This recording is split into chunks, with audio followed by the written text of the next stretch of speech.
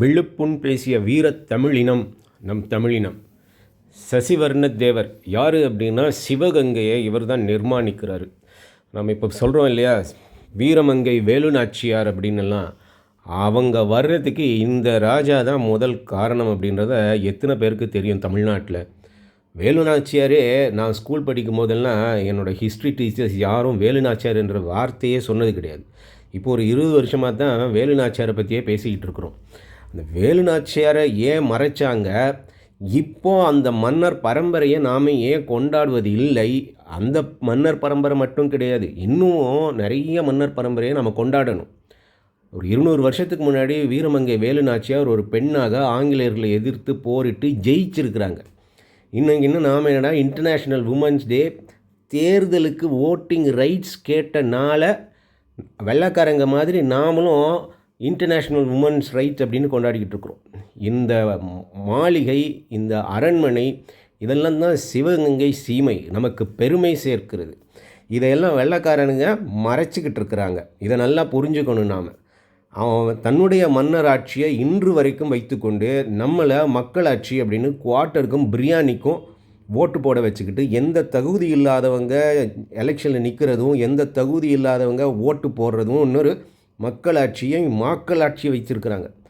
நமது முன்னோர்கள் மன்னர்கள் ஆட்சி தான் சிறப்பாக இருந்தது. மாறு வேஷத்தில் போய் மக்களுடைய கஷ்டம் என்னன்னு பார்க்குறது தாங்க மன்னர் ஆட்சி. அதை மாற்றி எங்களுக்கு இவ்வளோ கஷ்டம் இருக்குன்னு சொன்னாலும் காதில் போட்டுக்காமல் இருக்கிற ஆட்சிக்கு பேர் மக்களாட்சியா?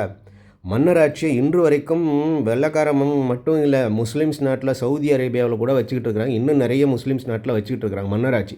ஜப்பானில் கூட மன்னராட்சி இருக்குது. ஆனால் இவங்க நம்ம நாட்டில் மட்டும் மன்னராட்சியை கேலி பண்ணி கிண்டல் பண்ணிக்கிட்டு இருக்காங்க. அதை வேறு நம்ம ஜனங்க கேலி கிண்டல் பண்ணுறதுக்கு கல்வி என்ற பேரில் நமக்கு கற்றுக் கொடுத்துட்ருக்குறாங்க. அதுதான் ரொம்ப வருத்தமாக இருக்குது.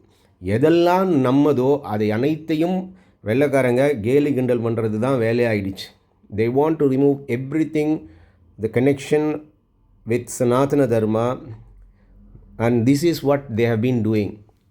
இந்த சிறப்பான இந்த குளம் எல்லாம், சிவகங்கை குளம் எல்லாம் நிர்மாணித்தது மகாராஜா. அந்த காலத்தில் எவ்வளோ சிறப்பாக பண்ணி அங்கே ஒரு கோயிலையும் கட்டி சிவகங்கை சீமை அப்படின்னு பண்ணி ஆங்கிலேயர்கள் ஏகாதிபத்தியத்தை எதிர்த்து போராடி ஜெயிச்சு ஒரு பெண் சிவகங்கை சீமையில் வீரமங்கை வேலுநாச்சியார் அந்த காலத்தில் நிறைய பாஷையெல்லாம் கற்றுருக்குறாங்க. இதெல்லாம் நமக்கு பண்ணி கொடுத்துருக்குறாங்க. நாம் இதெல்லாம் சரியாக பராமரிக்கிறோமா? இன்று கூட நம்ம சில பேர்கிட்ட பேசணுன்னா அத்தனை பேரும் நல்ல விசுவாசமாக பேசுகிறாங்க. இந்த மகாராஜாக்களை பற்றியெல்லாம் பேசுகிறப்போ அவங்க ஊர் கொஞ்ச நாள் முன்னாடி கூட இந்த சிவகங்கை ஊருக்கார ஒருத்தர் இங்கே டிரைவராக வந்திருந்தார். அவர்கிட்ட நான் பேசுகிறப்போ அவர் ரொம்ப மரியாதையாக அந்த ராஜாக்களை பற்றி பேசுகிறாரு.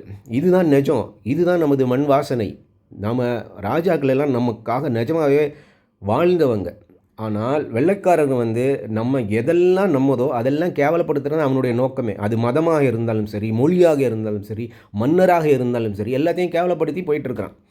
அந்த சதி வலைக்குள் நாம் விழுந்து கொண்டு இருக்கிறோம் அப்படின்றத நினைக்கும் போது ரொம்ப ரொம்ப ரொம்ப வருத்தமாக இருக்குது. இதை யோசித்து புரிஞ்சுக்கிறதுக்கு எத்தனை பேரால் முடியும்னு தெரியல. ஆனால் நான் புரிஞ்சதை ஷேர் பண்ணணும்னு தோணிச்சுது, அதனால் ஷேர் பண்ணிடுறேன். முடிஞ்சதுன்னா உங்களுக்கு பிடிச்சிருந்ததுன்னா ஷேர் பண்ணுங்கள், கமெண்ட் பண்ணுங்கள், லைக் பண்ணுங்கள். வித்தியாசமாக உங்கள் சிந்தனை இருந்ததுன்னா கூட சொல்லுங்கள், அதுக்கு நான் பதில் சொல்கிறேன். ஆனால் நமது முன்னோர்கள், நமது மன்னர்களை நாம் கண்டிப்பாக பெருமைப்படுத்த வேண்டும். சத்ரபதி சிவாஜியை பெருமைப்படுத்துகிறாங்களா மகாராஷ்டிராவில்?